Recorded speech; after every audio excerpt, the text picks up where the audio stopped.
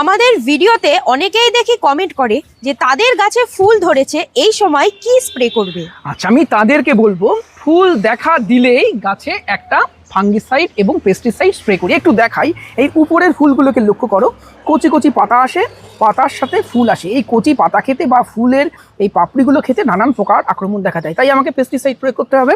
আমি ফিপ্রোনিল এবং ইমিডাক্লোরোপিড গ্রুপের আমি যে কোনো একটি পেস্টিসাইড গাছে স্প্রে করব ফুল না ফোটা অবস্থায়। এবং এই ছোট ছোট পাতায় বিভিন্ন ফাঙ্গাস আক্রমণও হতে পারে, সেই জন্য একটা কন্টাক্ট ফাঙ্গিসাইড স্প্রে করব, অ্যান্টাকল আমি স্প্রে করতে পারি। এইবার যখন ফুলের অবস্থা এই রকম হয়ে যাবে, ফুল যখন ফুটতে শুরু করবে, তখন ভুল করেও কোনো ফাঙ্গিসাইড, কোনো পেস্টিসাইড বা কোনো কিছু স্প্রে করা যাবে না। মনে রাখতে হবে ফুল ফুটলে এর প্রয়োজন কি পলিনেশন করতে। যখনই আপনি কিছু স্প্রে করবেন, পেস্টিসাইড স্প্রে করবেন, এর উগ্র গন্ধে কোনো পোকামাকড় এখানে আসবে না, ফলে পলিনেশন প্রক্রিয়ায় একটু অসুবিধা তৈরি হবে।